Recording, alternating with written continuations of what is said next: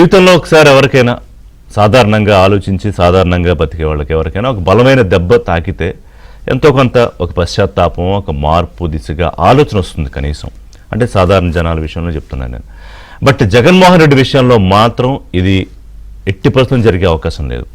ఎందుకంటే దీనికి ఎగ్జాంపుల్, ఎప్పుడైతే రాష్ట్ర ప్రజలు ఆయన్ని ఆ 151లో 5 తీసేసి 11కే పరిమితం చేసి పక్కన కూర్చోబెట్టారో, ప్రతిపక్ష హోదా కూడా లేకుండా, ఎవరన్నా ఏం ఎక్స్పెక్ట్ చేస్తారంటే సరే కొంత ఏమన్నా రియలైజ్ అవుతారేమో, అసలు రియాలిటీని యాక్సెప్ట్ చేస్తారేమో, దానికి తగ్గట్టుగా మాట్లాడతారేమో అనుకుంటారు. కానీ ఇఫ్ యూ అబ్జర్వ్ లాస్ట్ కొన్ని సందర్భాలుగా ఒక 4-5 ప్రెస్ మీట్లు కానివ్వండి, అంతకుముందు నుంచి కూడా ఆయన ఏం మాట్లాడుతున్నా కూడా అందులో అసలు అర్థం పర్థం లేని మాటలు, లేకపోతే అబద్ధాలు, అర్ధసత్యాలు, లేకపోతే ఇల్యూజన్స్ రకరకాలుగా మాట్లాడుతున్నారు. ఇప్పుడు మెడికల్ కాలేజీల గురించి మనం మాట్లాడితే వారి హయాంలో మనం కట్టిన మెడికల్ కాలేజీలు చూసి అహో అనాలని ఇలా అన్నారు.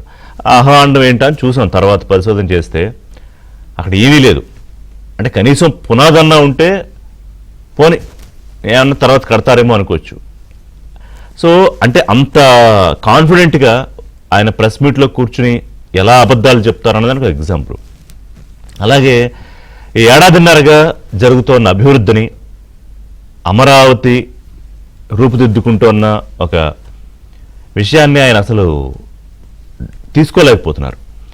అందుకనే సూపర్ 6 సూపర్ హిట్ అని ఏదైతే ఒక కార్యక్రమం తీసుకుందో కూటమి ప్రభుత్వం, నేను ఇంతకుముందు కూడా చెప్పాను, అలాంటి ఒక ప్రోగ్రాం తీసుకోవాలంటే చాలా కాన్ఫిడెన్స్ ఉండాలి, చాలా గట్స్ ఉండాలి ప్రభుత్వానికి. ఏ ఒక్క కార్యక్రమం సరిగ్గా జరగట్లేదని ప్రజల్లోకి వెళ్ళినా అబాస్పాలైపోతారు. సో చేస్తున్నారు కాబట్టే వెళ్ళారు. అదే రోజు ఆయన ప్రెస్ మీట్ పెడతాడు, పెట్టి ప్రభుత్వం ఎలా ఫెయిల్ అయిందో చెప్పడానికి విశ్వ ప్రయత్నం చేసి అఫ్ కోర్స్ ఫెయిల్ అయ్యారు. అంతకుముందు మేనిఫెస్టో రీకాలింగ్ విషయం తీసుకున్నప్పుడు ఫెయిల్ అయ్యారు. రకరకాల కార్యక్రమాలు చేసి రోడ్డు మీదకి వచ్చినప్పుడు, అరాచకాలు చేసినప్పుడు ఫెయిల్ అయ్యారు. బహుశా ఈ మధ్య కొంత విరామం ఇచ్చారు. లేకపోతే ఆయన మామూలుగా అయితే యూరియా విషయంలో మనం మాట్లాడింది కాకుండా రైతుల మీద ఆయన ప్రేమలకు పోసిన దానికి యాక్చువల్గా ఏదో ఒక సెంటర్కి వెళ్ళిపోయి అక్కడ కొంత హడావిడి చెయ్యాలి. మరి ఆ ప్లానింగ్ ఏదో సరిగ్గా జరగలేదో, లేకపోతే కావాలని ఆగారో, కానీ కేవలం ప్రెస్ మీట్కి సరిపెట్టారు. ఇప్పుడు యూరియా గురించి అందరికీ తెలిసిందే. దాని మీద అనేక సందర్భాల్లో మనం చర్చ చేసుకున్నాం. అసలు సమస్య ఎక్కడుంది, ఇంపోర్ట్స్ అవ్వాల్సినవి ఎందుకు అవ్వలేదు, జాప్యం ఎక్కడ జరిగింది, కేంద్రం దగ్గర లోపాలు ఎక్కడున్నాయి, రాష్ట్రం దగ్గర ఏమైందని అన్ని మాట్లాడుకున్నా ఆయన రైతుల మీద ప్రేమ చూపించాలి, ప్రభుత్వాన్ని బదనాం చేయాలని ఒక కార్యక్రమం. అలాగే మెడికల్ కాలేజీల విషయంలో అసలు నేను టెండర్లే రద్దు చేస్తాను అధికారంలోకి వచ్చాక అని డైరెక్ట్గా బెదిరింపులు. దాన్ని ఏమంటారు అసలు? అంటే Jaganmohan Reddy is care of destructive politics అనేది ఆయన అధికారంలోకి వచ్చిన డే 1 నుంచే మనం చూసాం. నేను ఇందాక ఇంట్రోలో స్టార్టింగ్ చెప్పినట్టు మారతారేమో అనుకుని ఎవరో కొంతమంది నాలాంటి వాళ్ళు అప్పుడప్పుడు అనుకున్నా, అది కాదు అని ప్రూవ్ చేస్తారు ఎప్పటికప్పుడు జగన్మోహన్ రెడ్డి. సరే, ఇంకా ఆయన అసలు సంబంధం లేని విషయాలు మాట్లాడుతుంటే తెలుగుదేశం కీలక నేతలు, అది హోంమంత్రి కానివ్వండి, లేకపోతే గంట గారు కానివ్వండి, ఇంకోళ్ళు కానివ్వండి, ఆయన మానసిక స్థితి గురించి మాట్లాడుతున్నారు. ఐ డోంట్ కామెంట్, ఎందుకంటే నాకు తెలియదు ఆయన మానసిక స్థితి సరిగ్గా ఉందా లేదా. ఎందుకంటే మరి హోంమంత్రి అనిత గారు ఆయన లండన్ మందులు వేసుకోవడం మర్చిపోయి మాట్లాడారంటారు. గంట గారు కూడా మందులు వాడట్లేదు జగన్కి ఏదో, నాకు తెలియదు ఆయనకి ఏం సమస్య ఉందో, కానీ మంత్రులే చెప్పాలి వాళ్ళకి ఏమన్నా తెలుసుంటే కనుక. కానీ ఇఫ్ యు టేక్ ఆయన వాడే మాటలు కానీ, లేకపోతే చెబుతున్న అబద్ధాలు కానీ, ఏదో అంటారుగా ఆయనకి ఏమన్నా నిజం చెప్తే నిజాలు మాట్లాడకూడదు, అబద్ధాలే మాట్లాడాలని ఏమన్నా ఉందేమో బహుశా. ఇప్పుడు నేను పవన్ కళ్యాణ్ అన్నారు చూసారా, ఆయన రాజ్యాంగం ఏమన్నా ప్రత్యేకంగా ఉందేమో అని. అంటే అసెంబ్లీ విషయంలో అన్నారు పవన్ కళ్యాణ్ రాజ్యాంగం గురించి, కానీ అలాగే ఆయనకు ప్రత్యేకమైన ఒక సిస్టమ్ ఉండాలి ఆయన ఫంక్షనింగ్ చేసే విధానానికి. ఆశ్చర్యం వేస్తుంది. అంటే ఒక్కొక్కసారి అనిపిస్తుంది, ఈయన అసలు రాష్ట్రానికి 5 ఏళ్ళు ముఖ్యమంత్రిగా చేసిన జగన్మోహన్ రెడ్డేనా? గెలిచారు, 150 సీట్లు వచ్చాయి, ప్రజలు అధికారం ఇచ్చారు, 5 ఏళ్ళు చేస్తే దాన్ని నిలబెట్టుకోలేకపోయారు, అది వేరే విషయం. అంటే మచ్చుకు చెప్పుకోవడానికి సరే అమరావతి అంటే ఆయనకి ఎలాగూ ఇష్టం లేదు, దాన్ని ఎలాగ నాశనం చేయాలా, దాన్ని ఎడారనాలా, శ్మశానం అనిపించాలా, కుక్కలు, పిల్లులు, పాములు, పందులు ఒకటి కాదు, ఆయన ఏం వాడాలో అవన్నీ వాడించారు, మాట్లాడించారు. మళ్ళీ ఇప్పుడు కొత్త డ్రామా మొదలుపెట్టారు, చెప్తాను మీకు అది. బిఫోర్ దట్ ఏంటంటే, ఈయన ఆ స్థాయి నాయకుడు, ఒక పార్టీకి అధినేత, ఎంత కాదనుకున్నా రాష్ట్రానికి ముఖ్యమంత్రిగా చేశారు 5 ఏళ్ళు. బట్ ఇప్పుడు ఇంత దారుణంగా, ఇంత చౌకబారుగా ఎలా మాట్లాడుతున్నారు అనిపిస్తుంది. బహుశా అందుకే మరి తెలుగుదేశం పార్టీ నాయకులు అంటున్నారేమో, కానీ సెల్ఫ్ గోల్స్ వేసుకోవడంలో మాత్రం రాష్ట్రంలోనో లేకపోతే దేశంలోనో జగన్మోహన్ రెడ్డిని మించిన నాయకులు అయితే ఉంటారని నేను అనుకోను. అవి ఆయన మాటలు మెడికల్ కాలేజీల విషయంలో కానీ, పారిశ్రామికవేత్తల విషయంలో కానీ, రైతుల విషయంలో కానీ, యువత విషయంలో కానీ, మహిళల విషయంలో కానీ, మీరు ఏదైనా తీసుకోండి, ఏ వర్గం తీసుకున్నా, ఏ సెగ్మెంట్ తీసుకున్నా కూడా ఆయన మాట్లాడే మాటలకు సాటి రారు ఎవరును. సరే, ఇక అమరావతి. నిన్న ఒక ప్రైవేట్ కార్యక్రమం, ఒక ఈవెంట్ జరిగింది విజయవాడలో. అక్కడ సజ్జల గారు వచ్చారు, వారు మాట్లాడారు. ఇంకా కొంతమంది మాజీ ఆర్థిక మంత్రి బొగ్గన గారు వచ్చారు, అలాగే గౌరవ ముఖ్యమంత్రి చంద్రబాబు నాయుడు గారు వెళ్ళారు. చంద్రబాబు నాయుడు ఆయన ఏం మాట్లాడతారు, 2047 విజన్ డాక్యుమెంట్ ఏంటి, దానికి ఇప్పటి నుంచి ప్రణాళిక ఏంటి, గత 5 ఏళ్లలో అంతకుముందు 5 ఏళ్లలో ఏం జరిగింది, ఒకవేళ ప్రభుత్వం కొనసాగుంటే ఏం జరిగి ఉండేది, దేశం పెట్టుకున్న టార్గెట్కి రాష్ట్రం ఏ రకంగా బాసటగా నిలవాలి, ఆ విజన్ ఎలా మ్యాచ్ చేయాలి, అమరావతిలో ఏం చేయబోతున్నాము, రానున్న 5 ఏళ్ళు ఏంటి, 10 ఏళ్ళు ఏంటి, ఇది బికాజ్ ఆయన అదే ఆలోచిస్తారు, అదే చెప్తారు. అందులో పెద్ద ఏమి డీవియేషన్స్ కానీ అంబిగ్విటీస్ కానీ ఉండవు. వేరేస్ నిన్న సజ్జల రామకృష్ణారెడ్డి మళ్ళీ ఏమంటారంటే, ఇది ఇక్కడ ఏంటంటే అసలు డ్రామా 2019 వెనక్కి వెళితే, అంటే అధికారంలోకి రాకముందు జగన్మోహన్ రెడ్డి అసెంబ్లీ సాక్షిగా ఎస్ అమరావతి రాజధాని 30,000 ఎకరాలు కాదు అంతకన్నా ఎక్కువ భూమి కావాలి, బ్రహ్మాండమైన రాజధాని కట్టాలన్నారుగా. మరి చంద్రబాబు నాయుడు అదే కదా ఆలోచన చేశారు, రైతుల దగ్గర నుంచి పూలు చేశారు కదా. ఏం చేశారు దాన్ని 5 ఏళ్ళ తర్వాత అధికారంలోకి వచ్చిన తర్వాత? ఇందాకనే చెప్పాను నేను, దాన్ని ఎంత అమరావతి మీద జగన్మోహన్ రెడ్డి గారు వాళ్ళ పార్టీ నాయకులకు ఎక్కినంత విషయం ఇంక అసలు ఎక్కడ మనం ఊహించాం. రైతుల్ని, అక్కడ ఉద్యమం చేస్తున్న వాళ్ళని, వాళ్ళకి సపోర్ట్ చేస్తున్న వాళ్ళని, అందరినీ ఒక దొంగల్లాగా లేకపోతే పెయిడ్ ఆర్టిస్టులు అన్నారు, చాలా అన్యాయంగా. పోనీ వాళ్ళు అన్న 3 ముక్కలాట తీసుకొచ్చిన దాన్నన్నా సక్సెస్ చేశారంటే ఏ ఒక్క ముక్కకి న్యాయం చేయలేదు. విశాఖ ఎగ్జిక్యూటివ్ క్యాపిటల్ అన్నారు, ఏం చేశారు విశాఖని? ఇవాళ రుషికొండ మొత్తం అంతా డిప్పకొట్టినట్టు చేసేసి అక్కడ బ్రహ్మాండమైన బిల్డింగ్స్ మీరు నిర్మించుకుంటే వాళ్ళు ఏమైంది అది? అంటే ఆ 3 ముక్కలాట కూడా సరిగా ఆడలేదని చెప్పడం నా ఉద్దేశం. సో వాళ్ళు సజ్జల రామకృష్ణారెడ్డి గారు మళ్ళీ ఏమంటారంటే, అంటే అక్కడ అడిగిన జర్నలిస్ట్ మిత్రుడు అడిగిన ప్రశ్నకు సమాధానంగా, అవును ఒకవేళ మేము గెలిస్తే మళ్ళీ అమరావతి కదా రాజధాని, అక్కడ సచివాలయం ఉంది, రాజధాని ఉంది అని చెప్తూ, ఆల్రెడీ అక్కడ బిల్డింగ్లు ఉన్నాయి కాబట్టి ఇంకొత్త బిల్డింగ్లు కట్టాల్సిన అవసరం ఏంటి అని ఇక్కడ పట్టుకోవాలి మీరు. అంటే ఆ ఉన్న 4 బిల్డింగ్లు చాలు, మీరు అక్కడి నుంచి నడిపించండి. ఒకవేళ రేపు పొరపాటున మేము గెలిస్తే ఆ 4 బిల్డింగ్లే కాబట్టి మళ్ళీ అక్కడి నుంచి మార్చేయచ్చు, షిఫ్ట్ చేసేయచ్చు. పొరపాటున ఇప్పుడు చంద్రబాబు నాయుడు అమరావతి నిర్మించేస్తే 70 నుంచి 100%, 80% కట్టేస్తే అప్పుడు ప్రజలు చెయ్యి అంటారు, మళ్ళీ వెనక్కి వెళ్తామంటే. అందుకని ఇది ఒక కొత్త డ్రామాలాగా అనిపించింది నిన్న మాట్లాడుతుంటే ఆయన. కానీ విషయం ఏంటంటే ప్రజలకు అర్థమైపోయింది. ఎందుకని ఇది ఫస్ట్ టైం అయితే నిజమేమో అనుకునే ఒక ప్రమాదం ఉంటుంది. కానీ 2019 ఆల్రెడీ చూశారు కదా వాళ్ళు ఏం మాట్లాడారు. 2019 అధికారం వచ్చాక 5 ఏళ్ళు ఏం చేశారు, ఇప్పుడు అధికారం పోయాక కూడా అటు ఇటు మళ్ళీ గంతులేశారు అమరావతి విషయంలో. బహుశా ఇంత ఫర్మ్గా సజ్జల రామకృష్ణారెడ్డి ఫస్ట్ టైం, అవును మేము గెలిస్తే అమరావతి రాజధానిగా ఉంటుంది కదా అంటే అందరూ అమ్మో నిజమేనేమో, అసలు వీళ్ళు మారిపోయారేమో అనుకుంటారు. కానీ దాని వెనకాలన్న రాజకీయము, దాని వెనకాలన్న పొలిటికల్ డ్రామా అర్థం చేసుకుంటే అర్థమవుతుంది. సో ఈ అన్ని అంశాలు మాట్లాడదాం ఒక చిన్న బ్రేక్ తర్వాత. అలాగే నిన్న ఆయన ఏమంటారు, పారిశ్రామికవేత్తలు మా హయాంలో బ్రహ్మాండంగా ఉన్నారు, ఎక్కడికి పారిపోలేదని. ఎందుకు అమర్రాజా బ్యాటరీస్ని మీరు బెదిరించి పారిపోయేలా చేయలేదా? శ్రీ సిటీలో ఉన్న వ్యాపారవేత్తలను బెదిరించలేదా? లేకపోతే సింగపూర్ వాళ్ళకి ఇప్పుడు కూడా మీరు లెటర్లు రాయట్లేదా, పార్టిసిపేట్ చేయొద్దు అమరావతిలో అని? అలాగే పెట్టుబడులు రాకుండా కంపెనీలకు మీరు దొంగ మెయిల్స్ పెట్టట్లేదా? అంటే ఇవన్నీ తెలిసి కూడా బయటకు వచ్చేంత నిర్భయంగా అసత్యాలు చెప్తూ భ్రమల్లోకి పెట్టాలనుకోవడం నిజంగానే దాన్ని బట్టి ఒకవేళ అంతా నిజమే అనుకుంటే కనుక పొరపాటు పడినట్టే. నిన్న మాట్లాడిన సజ్జల గారి మాటలు, ఇప్పుడు మాట్లాడుతున్న జగన్మోహన్ రెడ్డి గారి మాటలు, దాని గురించి ఒకసారి లోతుగా వెళ్ళి పరిశీలించుకోవాలి. అప్పుడే ప్రజలకు ఏంటంటే ఇది నిజమా లేకపోతే నిజంలాగా భ్రమింపజేసే ప్రయత్నం చేస్తున్నారా? కొన్ని అయితే క్లియర్గా అబద్ధాలను తేలిపోతాయి. ఎగ్జాంపుల్ మెడికల్ కాలేజ్, ఎందుకంటే దానికి వెంటనే ప్రూఫ్ ఉంటుంది కాబట్టి. ప్రూఫ్ లేని వాటికి, మనసులో ఒకటి పెట్టుకుని బయటకు ఒకటి మాట్లాడే వాటికి తెలుద్దాం అదేంటో. స్టూడియోలో నాతో పాటు కుసంపూడి శ్రీనివాస్ గారు ఉన్నారు, జనసేన పార్టీ సీనియర్ నాయకులు. లైవ్లో సయ్యద్ రఫీ గారు, తెలుగుదేశం పార్టీ అధికార ప్రతినిధి. అలాగే ఆర్డి విల్సన్ గారు, బీజేపీ నాయకులు, తెలుగు సంస్కృత అకాడమీ చైర్మన్. విల్సన్ గారు నమస్కారం, రఫీ గారు నమస్కారం. విల్సన్ గారు, కంగ్రాచులేషన్స్. ఒక మంచి అకాడమీకి మీరు చైర్మన్గా మిమ్మల్ని ప్రభుత్వం నియమించినందుకు. ఎందుకంటే మీకు అందులో మంచి పరిణితి పరిజ్ఞానం ఉన్నాయి కాబట్టి ఆ దిశగా మీరు కృషి చేయాలని ఆశిస్తున్నాం. Right sir. సార్ శ్రీనివాస్ గారు, సో అంటే నేను ఇందాక చెప్పిన దాంట్లో మీరు డిఫర్ అవుతారు నేను అనుకోవట్లా. ఎందుకంటే ఎక్కడైనా ఒక పెద్ద కుదుపు తగిలిన తర్వాత అది పాలిటిక్స్ అయినా లైఫ్ అయినా ఇంకోటైనా కొంత రియలైజేషన్ ఇవన్నీ వస్తాయి. బట్ జగన్మోహన్ రెడ్డి గారు దానికి అసలు కంప్లీట్గా బయట లూప్లో ఉంటారు. ఒకటి, ఈ మధ్య ఆయన మాట్లాడుతున్న మాటలు అన్నీ మనం చర్చించుకోలేం, కానీ మెడికల్ కాలేజ్ విషయంలో ఆయన క్లియర్గా ఎలాంటి అబద్ధాలు మాట్లాడారో ప్రూఫ్స్ సహా అర్థమైపోయింది. సో ముందు అక్కడి నుంచి మొదలు పెడదాం. ఋషి గారు, మీకు ప్యానెల్లో ఉన్న పెద్దలకు నమస్కారం అండి. మీరు 2 అంశాలు స్పృశించారు. ఒకటి, జగన్మోహన్ రెడ్డి గారి మనస్తత్వం. 2, రాజధాని విషయంలో వాళ్ళు చేసుకున్నటువంటి యూటర్న్.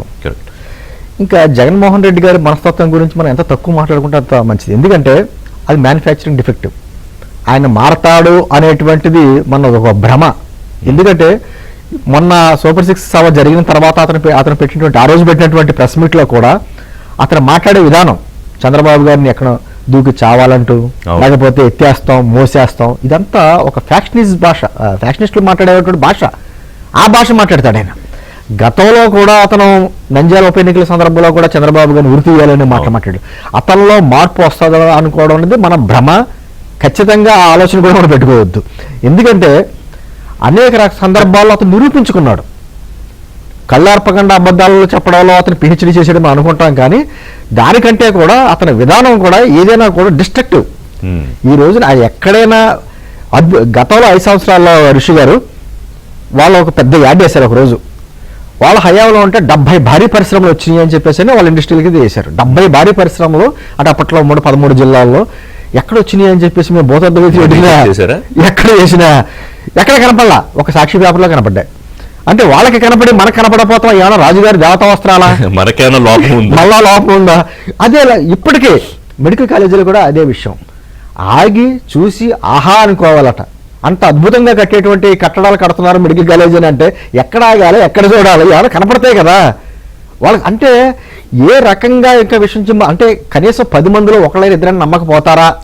చెప్పేటువంటి నమ్ముతున్నారు కూడా. దాని మీద మనం మళ్ళీ పరిశోధన చేసి ఇదిగో ఇక్కడ ఏమీ లేవు, అదిగో అక్కడ పునాదులు కూడా లేవు, లేకపోతే 4 ఇనుపవోసులు ఉన్నాయి అని చెప్తే తప్ప చాలా మందికి అర్థం కాలేదు. ఇంకోటి ఏమన్నాడంటే, సార్ నేను రద్దు చేస్తా మెడికల్ టెండర్లు అంటే ఇంకా బెదిరింపులు. నేను అంటే అదేనండి, ఇప్పటికీ కూడా గతంలో అతను పారిశ్రామికవేత్తలను ఏ విధంగా బెదిరించారో మనం చూసాం. కియా మోటార్స్ దగ్గర వాళ్ళకి సంబంధించినటువంటి ఎంపీ గారు ఏ విధంగా మాట్లాడాడో చూసాం, ఎంత హడావుడి చేశాడు. అలాగే అమరావతి బ్యాటరీస్ మీద చెప్పినట్టుగా ఏ విధంగా రాష్ట్రం నుంచి పారదర్శలో చూసాం. అంటే వాళ్ళు పెట్టినటువంటి పరిశ్రమలో వచ్చి ఏమో ఆక్సిజన్ వస్తుంది, ప్రతిపక్ష పార్టీకి సంబంధించిన వ్యక్తులు ఎవరిదన్నా వస్తాయేమో విషవాయువులు వస్తాయి. ఆ విధంగా భ్రమ కల్పించి ఏ విధంగా పారిపోయేలా చేశారో మనం చూసాం. అంటే వాళ్ళ హయాంలో నిజంగా 2019-24 మధ్యన ఆంధ్రప్రదేశ్ ఒక చీకటి అధ్యాయాన్ని చూసింది. ఆ చీకటి అధ్యాయాన్ని కూడా అద్భుతమైనటువంటి అధ్యాయం కింద చెప్పుకోవడం విధానం అదేదో 2 రాజుల స్వర్ణయుగం లాగా వాళ్ళు చెప్పేటువంటి కవరింగులు ఈ రోజుకి పైగా ఏంటంటే విషయం చెబుతున్నారు. ఏంటంటే వాళ్ళు ప్రతిరోజు వాళ్ళ పేపర్లో కావచ్చు, ఛానల్లో కావచ్చు కూర్చోబెట్టి ఎన్ని రకాలుగా విషయం చెప్పాలి, అన్ని రకాలుగా విషయం చెబుతున్నారు. సరే, అమరావతి విషయం వద్దాం. నేను ఏమంటున్నానంటే సార్, జగన్మోహన్ రెడ్డి 2009లో వచ్చాడు రాజకీయాల్లోకి. అతను ఎంపీగా అయింది ఫస్ట్ టైం 2009. అదే సంవత్సరంలో రిలీజ్ అయింది సార్ ఋషి గారు అరుంధతి సినిమా. దాంట్లో పశుపతి క్యారెక్టర్ చూసాను. ఆ పశుపతిలో జగన్ రెడ్డి పశుపతిలో అంటాడు. అతన్ని బంధించి లోపలేశారు. బయటకు వచ్చే వరకు ఎన్ని రకాలుగా పిలుస్తాడు, అన్ని రకాలుగా పిలుస్తాడు. ఒక్కసారి కట్లిప్పి బయటికి తీసుకొచ్చామా ఏ విధంగా రాష్ట్రం మీద, అటువంటి వ్యక్తి అధికారంలోకి వచ్చినప్పుడు ఆయన అంతే.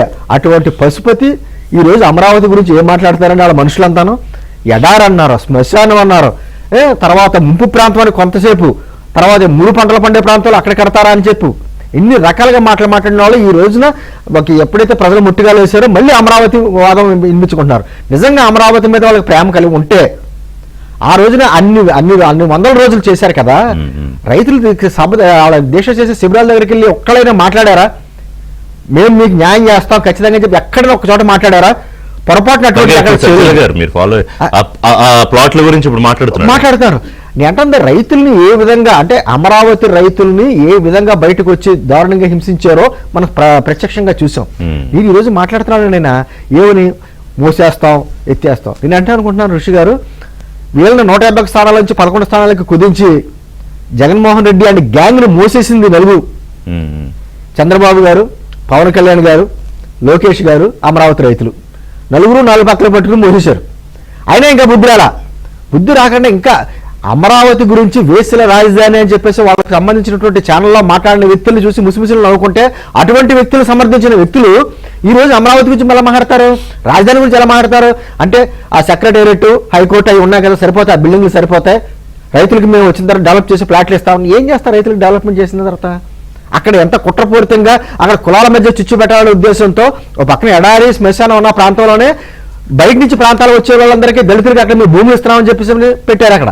అవును, ఏంటంటే ఆ రకంగా వాళ్ళ మధ్య చిచ్చు పెట్టాలనే ఉద్దేశంతో రాజధాని అంటే రాజధాని కానీ 3 ముక్కలు చేయడమే కాకుండా ఎవరైనా ఏమంటారండి అభివృద్ధి వికేంద్రీకరణ చేయాలంటారు. అంటే రాజధానిని వికేంద్రీకరణ చేయరు ఎవరన్నా, 3 ముక్కలు చేయరు. ఆ 3 ముక్కలాట ఆడి కూడా అది సరిగ్గా ఆడలేదు అంటే ఆడేది అనుకుందాం, ఆడతాం రాదు వాళ్ళకి. అదే ఇప్పుడు సరే కర్నూలు ఏమన్నా అయిందా, వైజాగ్ లేదండి ఇప్పుడే కదా డెవలప్ అవుతుంది.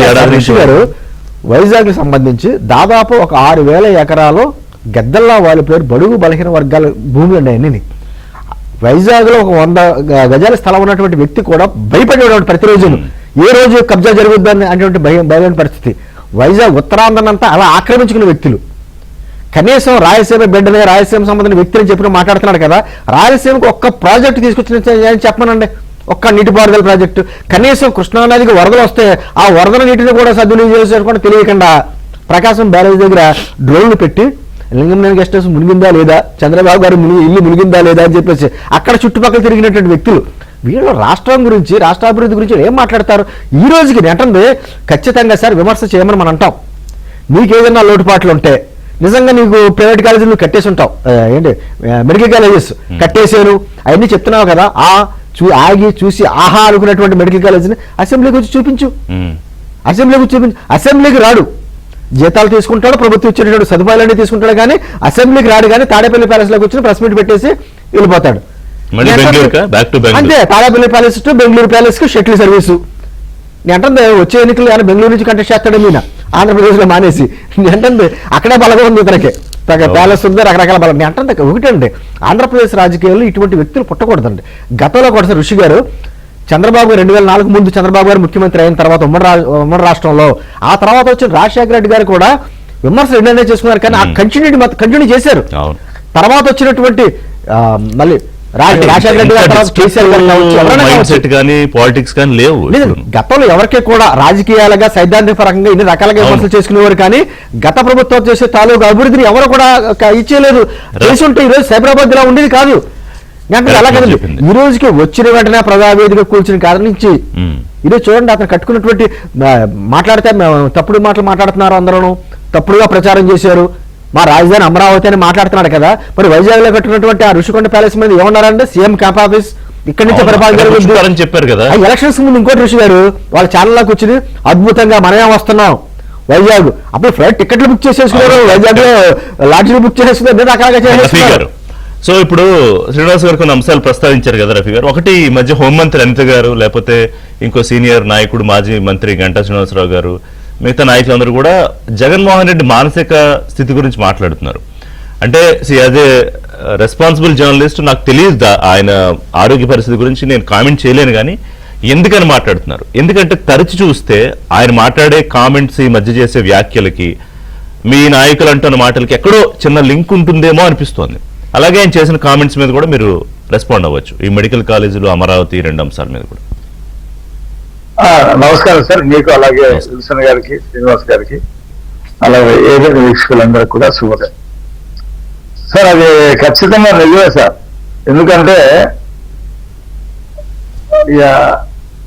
సగటు రాజకీయ నాయకుడు ప్రవర్తనకి జగన్మోహన్ రెడ్డి ప్రవర్తనకి చాలా తేడా ఉంది. 175 వైనాట్ 175 అని చెప్పి 11 సీట్లు వచ్చినందుకు సిగ్గుతో తల వంచుకోవాలి. ముందు వాళ్ళ పార్టీ మీటింగ్ పెట్టి ఎందుకు ఇలా జరిగింది, ఏ విషయాల్లో ప్రజలు మనల్ని వ్యతిరేకించారు, ఏ విషయాల్లో మనం విఫలం చెందాం, ఏ విషయాల్లో మనం ప్రజలకు చెప్పలేకపోయామనే సమీక్ష ఇంతవరకు జరగలేదు సార్. ఓ రూమ్ లో ఆయన టేబుల్ వేసుకుని కూర్చుంటాడు, వాళ్ళందరూ కుర్చీలు దొరికిన వాళ్ళు కుర్చీల్లో కూర్చొని మిగతా వాళ్ళు చేతులు కట్టుకొని నుంచుంటారు, ఆయన ఏదో చెప్తారు, వాళ్ళు ఆ తర్వాత వెళ్ళిపోతారు. పార్టీ మీటింగ్ అంటే అలా ఉండదు సార్. పార్టీ మీటింగ్ అంటే దానికి అంచెలంచెలుగా ఉంటుంది. వాళ్ళందరూ కూర్చుంటారు, కింద స్థాయి వరకు అభిప్రాయ సేకరణ చేస్తాం, సమీక్ష చేస్తాం, తప్పులు ఉంటే సరిదిద్దుకుంటామని బహిరంగ ప్రకటన చేస్తాం. మేము ఈ తప్పులు చేశాం కాబట్టి ప్రజలు మీరు మమ్మల్ని ఓడించారు, భవిష్యత్తులో ఈ పునరావృతం కాకుండా చూసుకుంటామని చెప్పి ఏ రాజకీయ పార్టీ అయినా సరే ఓటమి చెందిన తర్వాత 1 నెలకో 2 నెలలకో చేసింది నేను చాలా సార్లు చూశానంటే. కానీ ఇతను పరిస్థితే వేరు. అబద్ధాలు చెప్పి అధికారంలోకి వచ్చాడు, అధికారంలోకి వచ్చి అబద్ధాలు చెప్పాడు, మళ్ళీ ఓడిపోయి మళ్ళీ అది అబద్ధాలు చెప్తా ఉన్నాడు. అంటే ఇతని మానసిక పరిస్థితిలోనూ ఏదో తేడా ఉంది. మరి అది ఎవరు చెప్తారు సార్? అది డాక్టర్లు చూడాలా? అంటే మీ నాయకులు చాలా కాన్ఫిడెంట్ గా లండన్ మందులు, లండన్ మెడిసిన్ అంటున్నారు. అంటే వాళ్ళు చూసినట్టు ఊహించి చెప్తున్నారు. అయితే ఇక్కడ ఏంటంటే సార్, ఇతనికి ఉన్నటువంటి నాకు నేను స్టడీ చేసినటువంటి పరిస్థితిలో సి నరసింహారావు గారు చనిపోయారు. అవును, ఈయన మానసిక పరిస్థితి మీద 2 పెద్ద వ్యాసాలు రాశాడు. అవన్నీ నేను చదివాను. ఆయన స్టడీ చేశాడు. ఆయన మానసిక నిపుణులు. ఆయన మంచి వ్యాసకర్త కూడా. ఒక 2 సంవత్సరాల క్రితం చనిపోయారు. అయితే ఇతనికి డబ్బు పిచ్చి. అంటే కొందరికి కొన్ని రకాలు ఉంటాయి సార్. కొందరు బ్యాడ్మింటన్ ఆడి గెలవాలని, లేకపోతే క్రికెట్ ఆడి ప్రపంచంలో పెద్ద పేరు తెచ్చుకోవాలని, లేదా ఒక విషయం కొత్తగా కనిపెట్టి నోబెల్ బహుమతి తెచ్చుకోవాలని అలా ఉంటారు. ఒక్కొక్కళ్ళు ఒక్కొక్క రంగంలో నిష్ణాతులై మనం పేరు తెచ్చుకోవాలనేటువంటి ఒక కాంక్ష ఉంటుందండి. లేదా నేను ఒక ప్రధానమంత్రి కావాలా, లేదా ముఖ్యమంత్రి కావాలా అనే కోరుకుంటే దానికోసం ఒక పద్ధతిలో వెళ్తారు. ఇతని మెయిన్ మనీ అండి, మనీ ఎక్వేర్. దానికోసం అధికారం కావాలండి. అధికారంలోకి రావటం ఎందుకు? డబ్బు సంపాదించడం కోసం. ఆ డబ్బు సంపాదించాలనేటువంటి పిచ్చిలో తల్లి లేదు, చెల్లి లేదు, ఎవరూ లేరు. ఇంకా అసలు అందరినీ వదిలేస్తారు. అంటే మీరు అన్నట్టు ఇప్పుడు ఆయనకు ఆకాంక్ష, విపరీతమైన డబ్బు కాంక్ష ఉండి మీరు అన్న పిచ్చి అన్నా కూడా మళ్ళీ గెలవాలంటే సరే ఆ డబ్బు కాంక్ష కోసమో పవర్ కోసమో 4 మంచి పనులు చేస్తేనే కదా ప్రజలు మళ్ళీ గెలిపిస్తారు. అంటే అతని మైండ్ సెట్ ఎలా ఉంటుందంటే, ఆ సాఫ్ట్వేర్ కూడా మనం అబద్ధాలు చెప్పొచ్చాం, ఓకే, మళ్ళీ కొన్ని చెప్పాం, ఓడిపోయాం. ప్రజలు మళ్ళీ నన్ను ఈ చంద్రబాబు మీద, ఈ కూటమి ప్రభుత్వం మీద అబద్ధాలు చెప్తే నన్ను నమ్ముతారని ఆయన అనుకుంటాడు. Okay okay. ఇప్పుడు మనం ఏదైనా ఒక పిచ్చి ఆసుపత్రికి వెళ్తాం అనుకోండి, ఎర్రగడ్డ ఆసుపత్రికి, వాళ్ళకి ఎంత చెప్పినా వినరు కదా. వాళ్ళే కరెక్ట్, మనం తప్పు అంటారు వాళ్ళు, అంటారు వాళ్ళు. అదే రకంగా ఈయన డబ్బు పిచ్చిలో ఈ తండ్రి ద్వారా వచ్చినటువంటి విపరీతమైనటువంటి సంపాదన, అసలు ప్రపంచంలో ఇంత సంపాదన ఎవరికి రాలా. 4-5 లక్షల కోట్లు ఉన్నాయి ఆయన దగ్గర. ఎక్కడెక్కడ దాచాడో అన్ని ఆయనకి తెలుసు. ఇప్పుడు అంటే మీరు చూడండి, నేను మొత్తం షాపులన్నీ ఎత్తేసి, మందు షాపులన్నీ ఎత్తేసి అప్పుడే మీ దగ్గరకు ఓట్లు అడగడానికి వస్తాను అని బహిరంగంగా 100ల సార్లు పాదయాత్రలో చెప్పిన మనిషి, అవును, అదే లిక్కర్తో కొన్ని వేల కోట్ల రూపాయలు సంపాదన చేసి మళ్ళీ సిగ్గు లేకుండా మళ్ళీ మహిళల దగ్గరకు వచ్చి నా అక్కలారా, నా చెల్లిలారా అని చెప్పి మాట్లాడాడంటే అతను ఎంత విపరీతమైన మనస్తత్వం, ఎంత మోసగాడో మనకు అర్థమైపోయింది. ప్రజలు కూడా అర్థం చేసుకున్నారు. అంటే అతను మారడు, మళ్ళీ అబద్ధాలు చెప్పాలా. మెడికల్ కాలేజీలు కట్టేశాను, అక్కడ ఫోటో దిగితే ఓహో. ఇప్పుడు నేను మీకు రిక్వెస్ట్ చేసేది ఏంటంటే, ఆ 17 మెడికల్ కాలేజీల ఫోటోలు కూడా ఇటు మీడియాలో అటు ప్రింట్ మీడియాలో వేసి చూపిస్తే బాగుంటుంది. ఇప్పుడు మా హోంమంత్రి గారు చెప్పారు, నేను అన్ని రక్షణలతో నిన్ను ప్రతి మెడికల్ కాలేజ్ దగ్గరికి తీసుకెళ్తాను, చూపిస్తాను, అక్కడ ఆహా అంటావో ఓహో అంటావో చెప్తావు కానీ రా అని చెప్పేసి నేను మంది. అంటే అతనికి తెలుసండి ఏ మెడికల్ కాలేజీలు కట్టారో ఏ మెడికల్ కాలేజీలు కట్టలేదో తెలుసు. అయినా సరే గోబెల్స్ అనేటువంటి వాడిని ఒక ఆ గురువుగా భావించి, ఇప్పుడు హిట్లర్ జమానాలో గోబెల్స్ ఉండేవాడు. గోబెల్సే గురువు లేకపోతే ఈయనే గోబెల్స్ గురువు అవుతాడు. తెలియదు, చెప్పిందే చెప్తా ఉంటే, నా దగ్గర ఒక మాధ్యమం ఉంది, నేను 4-5 టీవీల్ని రిలీజ్కి తీసుకున్నా, లేదా వాటాలు తీసుకున్నా, పేపర్లు ఉన్నాయి, ఇదే చెప్తా ఉంటే ప్రజలు దాన్ని ఒక రోజుకి నమ్ముతారు అనేటువంటి ఒక సిద్ధాంతానికి ఆయన వచ్చాడు. అదే చెప్తా ఉన్నాడు. మనం చూసాం కదా, నెల రోజులకి ఢిల్లీ వెళ్ళి రాష్ట్రపతి పరిపాలన పెట్టాలి ఆంధ్రప్రదేశ్ లో అన్నారు. ఇప్పుడేమంటున్నారు తెలుసండి కొత్తగా, రేపు జరగబోయే పంచాయతీ మున్సిపల్ ఎన్నికలు కేంద్ర ప్రభుత్వ బలగాల ఆధ్వర్యంలో జరగాలంటాడు. అవును, మొన్న పులివెందుల్లో ఓడిపోయిన తర్వాత కూడా అదే అన్నాడు. అంటే ఇవాళ అసెంబ్లీకి నేను వెళ్ళను, నాకు టైం ఎవరు, నువ్వు వెళ్తే కదా. అందుకే పవన్ కళ్యాణ్ ఏమన్నారంటే, ఇవన్నీ చూసే బాబు రాజ్యాంగం మా అందరికీ ఉన్నట్టే నీకుందా, నీకేమైనా స్పెషల్ రాజ్యాంగం ఉందా అని అడిగాడు ఆయన నిన్న. అదే ఇప్పుడు అతనికి తెలుసండి, అసెంబ్లీకి వెళ్తే నా చిట్టా అంతా బయటపడుద్ది, నా డొల్లతనం బయటపడుద్ది, నా దొంగతనం బయటపడుద్ది, నేను దానికి జవాబు చెప్పుకోలేను, కాబట్టి వెళ్లకుండా ఉంటే మంచిదని ఒక ఫామ్ నిర్ణయం చేసుకున్నాడు ఆయన. ఓకే, దానికి ఏం చెప్తాడు, నాకు ప్రతిపక్ష హోదా ఇస్తే నేను ముఖ్యమంత్రితో సమానంగా మాట్లాడేటువంటి అవకాశం నాకు వస్తుంది అంటాడు. నువ్వు ఇచ్చావా చంద్రబాబు నాయుడు గారికి సమాన అవకాశం?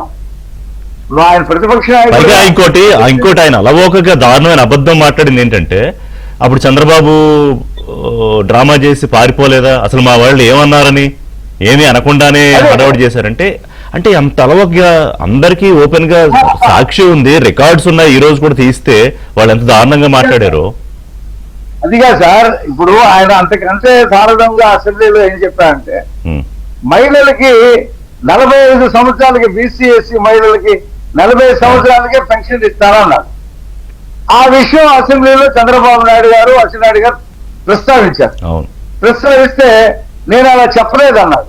చెప్పలేదంటే అదిగో సాక్షిలో నువ్వు చెప్పింది అదిగో వార్త అని చెప్పి సాక్షి పేపర్ చూపించారు. ఆయన అంటాడు అసెంబ్లీలో, సాక్షి పేపర్ ఎవరు చదవమన్నారు, అదేమైనా ప్రమాణికమా, నిజమా అని ఆయన చెప్తాడు. పేపర్ అతనిదే, మాట్లాడింది అతనే, సాక్షి పేపర్ ని ఎవరు ప్రమాణికంగా తీసుకోమని చెప్పారు అని చెప్పి మాట్లాడతారు.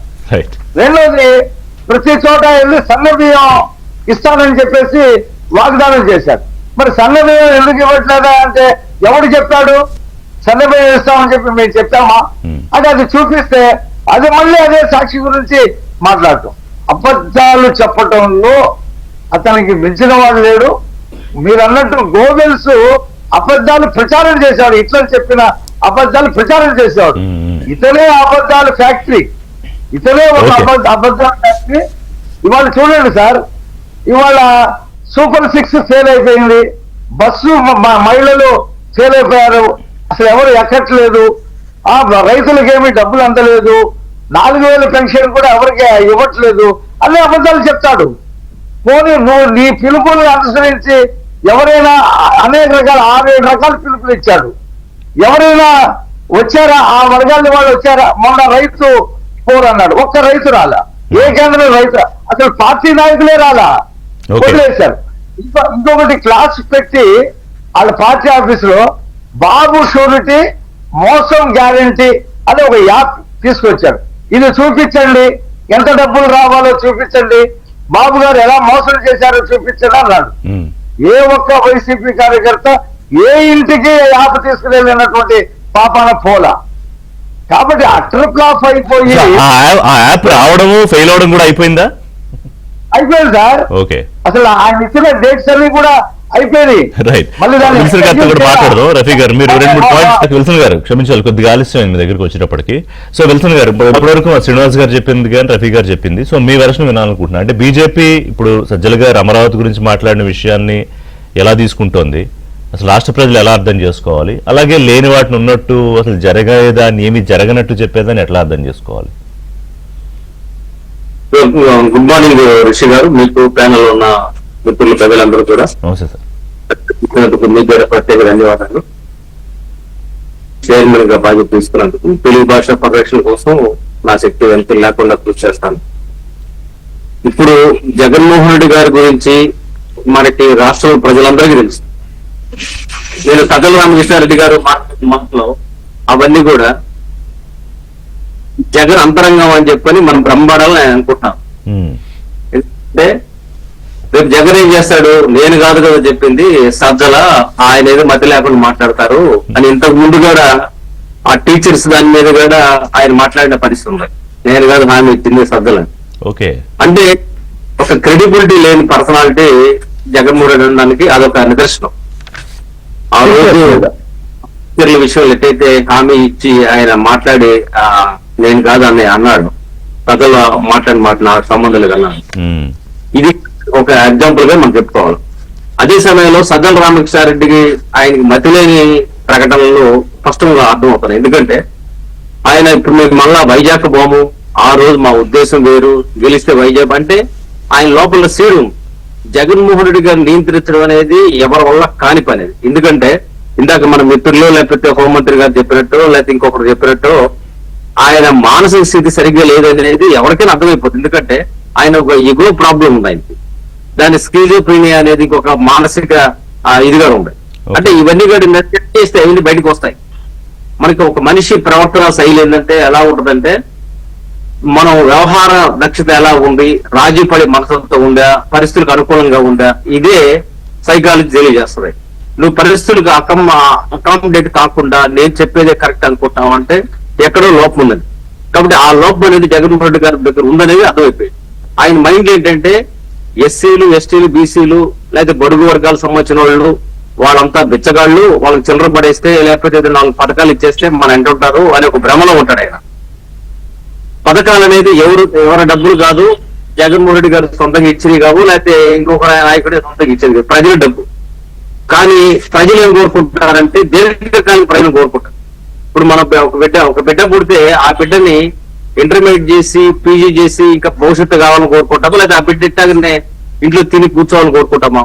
అంటే ఇక్కడ జగన్మోహన్ రెడ్డి గారు ఏంటంటే అభివృద్ధి అనేది ఆయన దగ్గర అజెండా లేదు. ఆయన దగ్గర ఉన్న ఎజెండా ఏంటంటే తాత్కాలిక ప్రయోజనం కోసం తాత్కాలిక ఓటు రాజకీయం చేస్తాడు తప్ప ఒక స్టాండర్డ్ పర్సనాలిటీ లేదు. ఈ రోజు Bharatiya Janata party double engine సర్కార్ ఏదైతే వచ్చిందో, ఈ డబుల్ ఇంజిన్ సర్కార్ ద్వారా మనం ఒక అద్భుతాలు చేసి చూపించాం. అమిత్ షా గారు చెప్పారు 3 లక్షల కోట్లు ఇక్కడ పెట్టుబడి పెడుతున్నాము, ఆల్రెడీ దానికి సంబంధించి ఇక్కడ నడుస్తున్నాయి. ఎస్, అమరావతి ఇప్పుడు చూడండి, జగన్మోహన్ రెడ్డి గారు పోయిన తర్వాత అమరావతికి డబ్బులు ఇచ్చాము, పోలవరం డబ్బులు ఇచ్చాము, విశాఖ రైల్వే జోన్ ని కంటిన్యూ చేస్తున్నాము, దాన్ని నిధులు కూడా కేటాయించాము. అదేవిధంగా రింగ్ రోడ్డు కూడా అమరావతి నుంచి అనంతపురం రింగ్ రోడ్డు కూడా మనం ప్లాన్ చేస్తున్నాము, మెట్రో కూడా అనుమతిస్తున్నాము. ఇవన్నీ జరుగుతున్నాయంటే కేవలం జగన్మోహన్ రెడ్డి గారు లేకపోవడం జరుగుతున్నాయి. కాబట్టి జగన్మోహన్ రెడ్డి ఆయనకి పక్కన పెడితేనే ఆంధ్రప్రదేశ్ అభివృద్ధి అనేది ప్రజలకు వెళ్ళిపోయింది. ఇది వాస్తవం. అది అదే సమయంలో ఈ రోజు వయసులుగా లెక్క చేయకుండా రాష్ట్ర ముఖ్యమంత్రి చంద్రబాబు నాయుడు గారు కానీ, ఇటు యువ నాయకుడు లోకేష్ గారు కానీ ఆయనతో పరిగెత్తాలని చెప్పి చేస్తున్న ప్రయత్నం, అదేవిధంగా సత్యకుమార్ మెడికల్ కాలేజీలని ఎస్టాబ్లిష్ చేసి ఈ వైద్య విద్యను మరింత ముందు తీసుకెళ్లే విషయంలో కానీ ఇవన్నీ కూడా చూసినప్పుడు ఏంటంటే ఒక ఆంధ్రప్రదేశ్ స్వర్ణయుగం నడుస్తాము. ఆ స్వర్ణయుగం కూడా కారణం ఏంటంటే ఈ డబుల్ ఇంజిన్ సర్కార్ ఏదైతే ఉందో నరేంద్ర మోడీ గారి బ్లెస్సింగ్ తో అనేక పథకాలు నడుస్తున్నాయంటే అర్థం ఒకటే, ఆంధ్రప్రదేశ్ ఖచ్చితంగా నష్టపోయింది. హైదరాబాద్ వెళ్ళిపోయిన తర్వాత ఆంధ్రప్రదేశ్ ప్రజల్లో ఒక మానసిక క్షోభ ఉంది.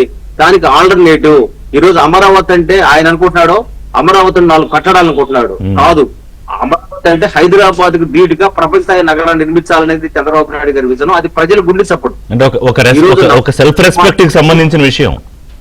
అవును, అమరావతి ఎప్పుడైతే హైదరాబాద్ వెళ్ళిపోయిందో మా పరిస్థితి ఏంటి అని చెప్పని ఆంధ్రప్రదేశ్ ప్రజలు కుమిలిపోతున్న దశలో చంద్రబాబు నాయుడు ఒక డ్రాస్టిక్ స్టెప్ తీసుకున్నాడు.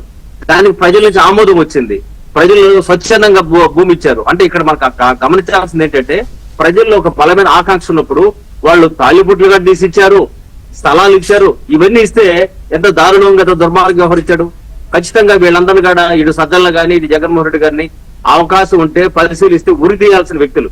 ఎందుకంటే ఆ రోజు మహిళా రైతుల పైన వాళ్ళు చేసిన దాష్టికం, మహిళలు వాళ్ళ గర్భాల మీద కూడా బూటు కాళ్ళు వేసిన చరిత్ర. అప్పుడు ఎవరి దుర్మార్గం వ్యవహరించారో పోలీసుల మీద కూడా చర్యలు తీసుకోవాల్సిన అవసరం ఉంది. ప్రభుత్వాలు మారితే పోలీసులు రక్షణ కాదు. ఆ రోజు ఎందుకు అంత దుర్మార్గం వ్యవహరించారు, ఇది కూడా మనం ఖచ్చితంగా క్వశ్చన్ చేయాల్సిన పరిస్థితులు ఉన్నాయి. కానీ జగన్మోహన్ రెడ్డి గారి ఏలుబడిలో మొత్తం దారుణంగా దుర్మార్గంగా ప్రతిదీ ఏ స్థాయికి వెళ్ళింది తెలుసు. మద్యం ఈ రోజు కంకణాలు చెప్తాయి. చనిపోయిన ఆ కంకాళాలు బయటికి తీసుకెళ్ళి మనం పరీక్ష చేస్తే ఎద్దులు చనిపోయే రహస్యాలు చెప్తాయి. కాబట్టి ఆ కంకాళాలు చెప్పే రహస్యాల్లో జగన్మోహన్ రెడ్డి గారి దారుణం దుర్మార్గం బయటకు వస్తుంది. మీరు ముట్టుకుంటే మద్యం బొగ్గుమంటదని చెప్పని ఆ మద్యాన్ని ముట్టుకున్నారు, బొగ్గుమన్నారు, శవాలయ్యారు. ఆంధ్రప్రదేశ్ లో 30,000 మంది చనిపోయారంటే అర్థం ఏంటంటే దానికి మొత్తం కారణం జగన్మోహన్ రెడ్డి గారు. అందుకని అవకాశం ఉంటే నేను రాష్ట్ర ముఖ్యమంత్రి గారి విజ్ఞప్తి చేస్తున్నా, అవకాశం ఉంటే హత్యానేరం మోపి ఆ కల్తీ మద్యం తయారు చేసిన వాళ్ళ మీద ఆస్పెక్ట్ లో అసలు ఏ విచారణ లేదా ఒక ఎఫ్ఐఆర్ కూడా దాఖలైనట్టు నా దృష్టిలో లేదు. అది చేయాలా, ఎందుకంటే ఇంతమంది చనిపోయారు. అందులో చనిపోయిన అందరూ బడుగు బలహీన వర్గాలు, ఎస్సీ ఎస్టీ. ఇప్పుడు బాగా డబ్బులు వాళ్ళు ఇతర రాష్ట్రాలు పోయి పెద్ద పెద్ద ఖరీదైన మద్యం తెచ్చుకుంటారేమో కానీ ఇక్కడ చనిపోయిన కంకాళాలన్నీ కూడా ఆ పురుగులన్నీ కూడా చూసుకుంటే తెగిపడ్డ తాలిపోట్లన్నీ కూడా వాళ్ళంతా కూడా పేదలకు సంబంధించి తల్లి బాధపడింది, భార్య బాధపడింది, అక్క చెల్లి అందరూ బాధపడ్డ రోజు వాళ్ళందరూ కుటుంబ సభ్యులు దూరం అయిపోయి అనాథలు అయిపోయారు. ఈరోజు జగన్మోహన్ రెడ్డి గారి ఆస్తిని ప్రభుత్వం స్వాధీనం చేసుకుని ఆ చనిపోయిన కుటుంబాలన్నిటికీ సాలిన ఇస్తే 2 కోట్లు 3 కోట్లు ఈజీగా వస్తాయి.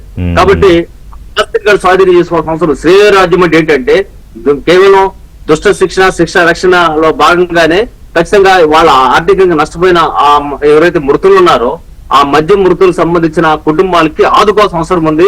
ఈయన ఆస్తులు మొత్తాన్ని కూడా జప్తు చేసి వీళ్ళని పంచాల్సిన అవసరం. నేను అవుట్ ఆఫ్ ద బాక్స్ వెళ్ళి చెప్తా ఉన్నాను, ఎందుకంటే మనం ముందు హ్యూమన్ బీయింగ్స్, తర్వాతే రాజకీయ పార్టీ కార్యకర్తలు. కానీ ఈ రోజు రాష్ట్రంలో జరిగిన ఈ దుర్మార్గం, ఈ ఉత్పాతం, ఈ మారణ హోమానికి ఎవరు సమాధానం చెప్తారు? కేవలం వీళ్ళని తీసుకెళ్లి ఒక 6 నెలలు 7 నెలలు జైలు ఇస్తే కాదు. ఇప్పుడు దానికి కారణమైన వాళ్ళందరూ మళ్ళీ బెయిల్ బయటకు వచ్చారు. చట్టంలో లోసుగులు అడ్డం పెట్టుకుని బయటకు వస్తారు. కానీ అది కాదు కావాల్సింది. ప్రజలకు కావాల్సింది ప్రజాక్షేత్రంలో ఎలా అకౌంటబుల్ చేయాలి అనేది. అలాగే ఇందాక మీరు విల్సన్ గారు ఇంకొక మాట అన్నారు, రాజధాని విషయంలో అప్పుడు జగన్మోహన్ రెడ్డి ఉన్నాడు కాబట్టి, ఆయన వద్దనుకున్నాడు కాబట్టి, వాంటెడ్ గా కిల్ చేసేద్దాం అనుకున్నాడు కాబట్టి అమరావతిని కేంద్రం కూడా ఏం చేయలేకపోయింది. సో ఇవాళ ప్రభుత్వం మారింది, ఇవాళ మీరు ముగ్గురు కలిసి ఉన్నారు కాబట్టి బ్రహ్మాండంగా గౌరవ ప్రధాని గారి సహకారంతో పరుగులు పెడుతోంది. కానీ దాన్ని కూడా ఆయన అవమానిస్తున్నాడు ఈరోజు. అంటే కొత్త బిల్డింగ్లు కట్టద్దు అంటాడు సజ్జల, ఉన్న 4 బిల్డింగ్లు సరిపోవంటాడు ఆయన. మాకు ఆశ్చర్యం ఏంటంటే ఇన్ని వేల ఎకరాలు అక్వైర్ చేసింది ఎందుకంటే ఇప్పుడు ఆయన ఈ నిర్మాణాలతో పాటు శాస్త్ర ఐకానిక్ బిల్డింగ్స్ కట్టాలనేది ముఖ్యమంత్రి గారి ఆశయం, అవును ఉద్దేశం. అర్థం ఏంటి ఐకానిక్ బిల్డింగ్స్ అంటే? మనం ఏ మలేషియాలోనో లేకపోతే స్విట్జర్లాండ్ లోనో అత్యంత అద్భుతమైన నిర్మాణాలు ఉంటాయి, అది ఉండాలని కోరుకుంటున్నారు. తద్వారా ఏంటి అట్రాక్ట్ చేయాలనుకుంటున్నారు, వరల్డ్ మార్కెట్ అట్రాక్ట్ చేసుకుంటారు. ఈ అసలు ఏ బ్రెయిన్ ఉంది? అసలు పేద బుర్ర వేసుకొని సదల్ ర్యాంక్ అంటే జర్నలిస్ట్ అయితే నాకు అర్థం కావాల. అసలు బుద్ధి జ్ఞానం ఉందా? అసలు ఏం మాడుతున్నాడు తను? అంటే నేనేమంటానంటే నీకు ఇంగిత జ్ఞానం అర్థమవుతుంది. ఐకానిక్ బిల్డింగ్స్ ఎందుకు కడుతున్నారు?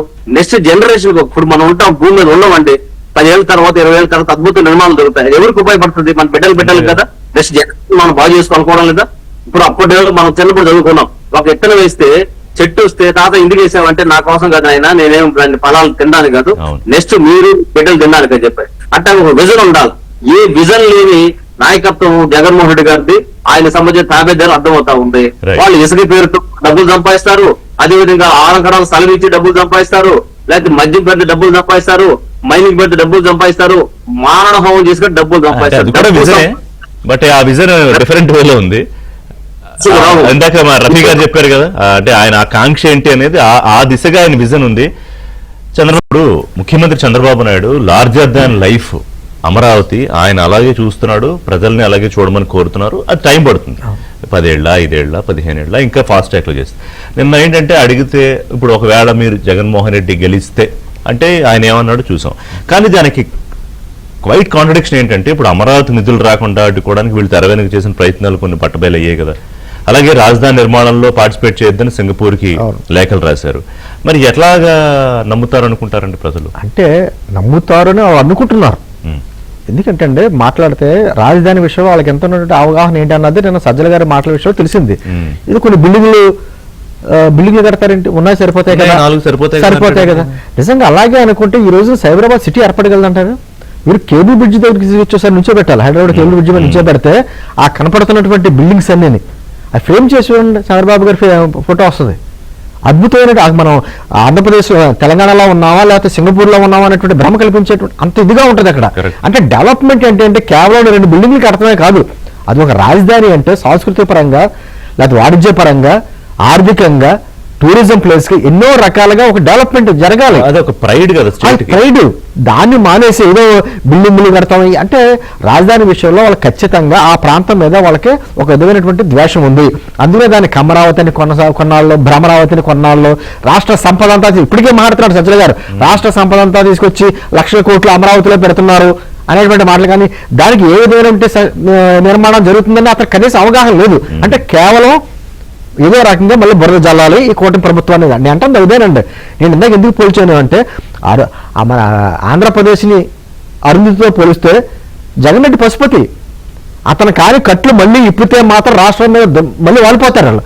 ఈ రోజున అంటే ఈ రోజు పేపర్లో చూశానండి, లిక్కర్ స్కామ్లు ఎంతమంది దొరుకుతున్నారో, ఎన్ని కోట్ల రూపాయల వీడియోలు దొరుకుతున్నాయి, ఎన్ని దొరుకుతున్నాయి కదా.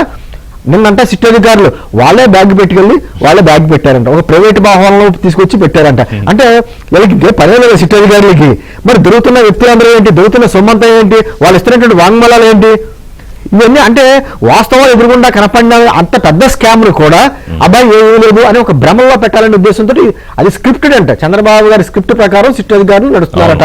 అంటే ఎంతవరకు భ్రమిస్తారు? నేను అడగ ఒకటేనండి, జగన్మోహన్ రెడ్డి గారికి ఒకసారి ఏదో మళ్ళీ వెళ్ళాం కానీ నా దగ్గర డబ్బు ఉంది, దోచుకున్న డబ్బు ఉంది, తర్వాత కులం చూపించవచ్చు, మతం చూపించవచ్చు, ఏదో రకంగా అది ఓట్ బ్యాంక్ కన్సల్టేట్ చేసి విద్వేషాలు మళ్ళీ రెచ్చగొట్టే ఆలోచన చేస్తున్నారేమో ఖచ్చితంగా. ఎందుకంటే కోనసీమలో చూసాం, పచ్చని కోనసీమలో ఏ విధంగా చేశారో వాళ్ళ అల్లర్లో మనకు గుర్తుంది. ఏంటంటే ఏదో రకంగా వీళ్ళు విచ్ఛిన్నం చేసి మళ్ళీ కలుపుదాం, ఏదో రకంగా వద్దాం అధికారులకు వద్దాం అనేటువంటి ప్రయత్నమే. కానీ ఆంధ్రప్రదేశ్ ప్రజలకు మంచి గుణపాఠం కూడా నేర్పాడు. ఓటు అనే దాన్ని ఎంతవరకు సద్వినియోగం చేసుకోవాలి, ఒకవేళ దుర్వినియోగం చేసుకుంటే ఎటువంటి ప్రమాదం వస్తుంది అన్నది జగన్ రెడ్డి గారి పాలనే మనకు ఉదాహరణ సహా నిరూపించాడు. ఈ రోజు అతనికి వచ్చి బయట ఉద్దాక పెద్దలు చెప్పారు, ఆ యాప్ పట్టుకెళ్ళి ఎవరి దగ్గరికి వెళ్ళి కనీసం మాట్లాడలేని పరిస్థితి. అడిగితే చెప్తారు కదా, నువ్వేం చెప్పావు అక్కడ ఏం కూట ప్రభుత్వం ఏం చేస్తుంది, తల్లికి వందనం కావచ్చు, రైతు భరోసా, అన్నదాత సుఖీభావ కావచ్చు, ఈరోజు జరుగుతున్న డిఎస్సి జరిగింది కావచ్చు, ఏదైనా కూడా ఈరోజు కూటమి ప్రభుత్వం చెప్పింది చేసి చూపించింది. నువ్వేం చెప్పావు, నువ్వేం చేసావు, నువ్వు మాట్లాడితే నీ మేనిఫెస్టోని బైబిల్, ఖురాన్, భగవద్గీత అన్నా కదా, వాటి మూడింటిని కూడా అవమానపరిచి రకరకాలుగా మాట్లాడిన వ్యక్తి ఏ మొహం పెట్టుకుని మా ఇంటికి వచ్చావని అడుగుతారని చెప్పి వెళ్ళడం కూడా మానేశారు అక్కడ. సో ఇప్పుడు శ్రీనివాస్ గారు అన్నదానికి కొనసాగింపు రఫీ గారు వారు పవిత్రమైన గ్రంథాల గురించి చెప్పారు కదా. నాకు తెలిసి వారికి ఏ గ్రంథం మీద, దేని మీద, అసలు ఏ వ్యవస్థల మీద నమ్మకం ఉందని నేను అనుకోను. సో ఇప్పుడు వాళ్ళ కొత్త ప్లాన్ ఏంటి? ఈ మాటల ద్వారా మీకు అర్థమైంది ఏంటి? అంటే ఏం లేదు సార్, ఇప్పుడు ప్రజల్లో ఒక రకమైనటువంటి అపోహ సృష్టించడమే వాళ్ళ ప్లాన్ అండి. ఇప్పుడు నేను సజ్జలు మాట్లాడినా అదే ఏదో రకంగా ఒక అపోహ, ఒక అబద్ధం సృష్టించి మాకు 40% ఓట్లు ఉన్నాయి, ఇంకొక 10% తెచ్చుకుంటే మనం గెలుస్తాం అని వాళ్ళు భ్రమపడతా ఉన్నారు. కానీ వాళ్ళ చంద్రబాబు నాయుడు గారు కూటమి ప్రభుత్వం చేస్తున్నటువంటి పనులు, సంక్షేమం, అభివృద్ధి అన్ని చూసి అతనికి వేసినటువంటి ఆ 40% 20% ప్రజలు వచ్చేసారు. ఎందుకు ఆ 20% ప్రజలు ఎందుకు వేశారంటే మళ్ళీ ముఖ్యమంత్రి అవుతాడేమో, ఇతను మనకు కొన్ని పథకాలు ఇచ్చాడు కదా, బట్టలు నొక్కాడు కదా అని వేశారు. అంతకు మించి సంక్షేమం చేస్తున్నప్పుడు వాళ్ళు అతనితో ఎందుకుంటారు, ఆటోమేటిక్ గా బయటకు వచ్చేసారు. అయితే అబద్ధాలు చెప్పి ప్రజల్ని మభ్య పెట్టాలని చెప్పి, రెండోది కులాల్ని, మతాల్ని, ప్రాంతాల్ని రెచ్చగొట్టాలనేటువంటి ప్రాంతం. మూడోది ఏంటంటే, ఇప్పుడు ఒకటి అడుగుతున్నాను సార్ జగన్మోహన్ రెడ్డి గారిని, మీరు 17 మెడికల్ కాలేజీలు మీరు ఉత్తరం రాశారా కేంద్రానికి, మాకు ఇక్కడ రూరల్ మెడికల్ కాలేజీలు కావాలి ఈ రాష్ట్రంలో, మాకు శాంక్షన్ చేయండి అని చెప్పి మీరు రాశారా? చూపించండి రాసి ఉంటే. అది కేంద్ర ప్రభుత్వం భారతదేశ వ్యాప్తంగా రూరల్ మెడికల్ కాలేజీలు కట్టాలనేటువంటి ఒక నిర్ణయం చేసి, ఒక క్యాబినెట్ లో నిర్ణయం చేసి రాష్ట్రాలకు కేటాయించింది. ఆయా జనాభాను బట్టి తెలంగాణకు 12 వచ్చింది, మనకు 17 వచ్చినాయి. వాళ్ళు కట్టుకుంటున్నారు తెలంగాణలో, నువ్వు కట్టలేని చేతులు ఎత్తేసావు. నువ్వేం చేసావు, రిషికొండ కట్టుకున్నావు. నీ రిషికొండకు పెట్టిన 600 కోట్లు ఆ ఒక మెడికల్ కాలేజ్ కాదు, నువ్వు వాళ్ళు కేంద్రము 60%, రాష్ట్రము 40% మ్యాచింగ్ గ్రాంట్ లో వచ్చినటువంటి కాలేజీలు. నువ్వు 600 కోట్లు నీ రిషికొండకి పెట్టకుండా ఉంటే కంప్లీట్ అయిపోయి ఉండేది. ఇవాళ పులివెందుల్లో 100 కోట్లు పెడితే మెడికల్ కాలేజ్ అయిపోయింది, నువ్వు 100 కోట్లు పెట్టలేకపోయావు. కాబట్టి నీ వైఫల్యాన్ని కప్పిపుచ్చుకొని నువ్వేదో నేనేదో సాధించాలని చెప్పి ప్రజలు చెప్తే నమ్మేటువంటి పరిస్థితిలో ఇవాళ ప్రజలు లేరు. 1.5 సంవత్సరాలకే నీ మీద, నీ పరిపాలన మీద బేరీ చేసుకుని చూస్తా ఉన్నారు. ఓకే. ఇది మేము Correct. మన ఈ 15 నెలల్లో మేము సాధించినటువంటి పనులు కానీ చేసిన సంక్షేమం కానీ కంపేర్ చేస్తున్నా ఉన్నారు. ఓకే. అదే 3 సంవత్సరాలు దాటితే అసలు నిన్ను అధోపాతాలో కానీ చూస్తారు. అసలు మేము ఇలా ఉంటాం. అవును. కాబట్టి నిన్ను ఏ పరిస్థితుల్లో ఇప్పుడు రాజధాని కట్టేస్తాం, పోలవరం కట్టేస్తాం, వైజాగ్ లో రైల్వే చేస్తాం, అలాగే భోగాపురం ఎయిర్పోర్ట్ కట్టేస్తాం, రింగ్ రోడ్డు నిర్మాణం జరుగుతూ ఉంటది. విజయవాడ నుంచి అనేక చోట్లకి వెళ్ళేటువంటి రోడ్లు, జిల్లాల్లో రహదారులు, పరిశ్రమలు, కాగ్నిజెంట్, అలాగే క్యాంటో వ్యాలీ, టీసీఎస్ అనేక ఇప్పుడిగా 10 లక్షల కోట్ల రూపాయలు ఇప్పటికే వచ్చినాయి. అవన్నీ కూడా గ్రౌండింగ్ అయ్యి ఉద్యోగాలు చేస్తా ఉంటే పిల్లలు, మిగతా మేము ఆ 2 ఏదైతే సూపర్ 6 లో ఆ 2 కూడా అమలు జరిపేస్తే నువ్వు తెలుసుకున్నవాడు ఎవరుంటాడు అసలు? నువ్వు అసలు ఎక్కడికి ఎవరిని అడ్రస్ చేస్తావు? మీరు చెప్పిన దాన్ని బట్టి ఇక ఇప్పుడున్న ఆ 10వ 11 కూడా ఉండే అవకాశం లేదు. విల్సన్ గారు అసలు ఉన్నది పైగా టైం అయింది. విల్సన్ గారు మాట్లాడతారు. రఫీ గారు మీరు చెప్పిన దాన్ని విల్సన్ గారు విల్సన్ గారు. కేంద్రం కట్టుబడి ఉందండి. రేపు నడ్డా గారి పర్యటన ఉంది ఆంధ్రప్రదేశ్ లో, వైజాగ్ లో. ఆ పర్యటన సందర్భంగా కూడా మేము స్పష్టంగా ఒక ప్రకటన చేస్తున్నాము. మా రాష్ట్ర అధ్యక్షుడు మాధవ్ గారు కూడా ఒక ప్రకటన చేశారు. వైసీపీతో మాకు ఎలాంటి సంబంధం లేదు, షర్మిల చేసిన తప్పుడు వ్యాఖ్యలను కూడా మేము బాగా ఖండిస్తున్నాం. మేము మళ్ళీ కూడా చెప్తున్నాం. ఎందుకంటే వైసీపీ అనేది ఒక అశుద్ధ పార్టీ. ఆ పార్టీ ఏంటి, వాళ్ళు సపోర్ట్ చేయాలనుకుంటే ఏదైనా రాష్ట్రపతి ఉండాల్సిందేమో అనిపించింది. అంటే టైం లేదు, దాని మీద చర్చను ఎక్కువసేపు పెట్టలేను. కానీ ఆయన మద్దతు ఇవ్వకపోయినా మీకు అభ్యర్థి అంత ఈజీగా గెలిచేవారు ఆయన. నేను షర్మిల భాషను నేను ఖచ్చితంగా ఖండిస్తున్నాను, వ్యతిరేకిస్తున్నాను. అదే సమయంలో రాష్ట్ర అభివృద్ధికి ఖచ్చితంగా చంద్రబాబు నాయుడు గారి ప్రభుత్వం కట్టుబడింది, కోట ప్రభుత్వం కట్టుబడిన విషయం ప్రజలకు తెలుసు. మెడికల్ కాలేజ్ ఆయన క్లెయిమ్ చేసుకుంటే అంతకంటే పిచ్చితనం బొరకొత్తలేదు. కేంద్ర ప్రభుత్వం ఇచ్చేది మెడికల్ కాలేజ్ అనుమతి కానీ, దానికి సంబంధించిన నిధులు కానీ. కాబట్టి ఇక్కడ జగన్మోహన్ రెడ్డి గారి హయాంలో ఏలుబడిలో అభివృద్ధి అనేది జరగదు, అది కళ. అదే విధంగా ఆయన వీకర్ సెక్షన్ కి ఎగనెస్ట్. ఆయన SC corporation, BC corporation, minority మొత్తం కార్పొరేషన్ మూసేశాడు. దాని చైర్మన్ గా నిర్వీర్యం చేశారు. ఈ రోజు మీరు చూడండి, అభివృద్ధి జరగకూడదు, ఆయన మీదే ఆధారపడి దయాదాక్షిణ్యాల మీద ఉండాలనుకుంటాడు ఆయన. అసలు పిచ్చి వాళ్ళ స్వర్గంలో ఒక వ్యవహరిస్తుంటాడండి. బేసిక్ గా ఆయన మనస్తత్వం ఏంటంటే, ఏందో ఆయన దైవం సంబుతులాగా, ఆయన ఏలుబడిలో ప్రజలు ఏదో బిక్కు బిక్కును బతికేలాగా ఇట్టగా కోరుకుంటాడు. ఈడీ అమీన్, సద్దాం హుసేన్ వాళ్ళు ఎట్లయితే భ్రమంలో బతికారో, భ్రమంలో బతికిన వాళ్ళు కాలగర్భంలో కలిసిపోయారు అటువంటి భ్రమంలో. అందుకని అలాంటి సో ఈ క్లారిటీ ద్వారా ఏంటంటే ఒకవేళ ఇవేమన్నా నిజాలు అనుకునే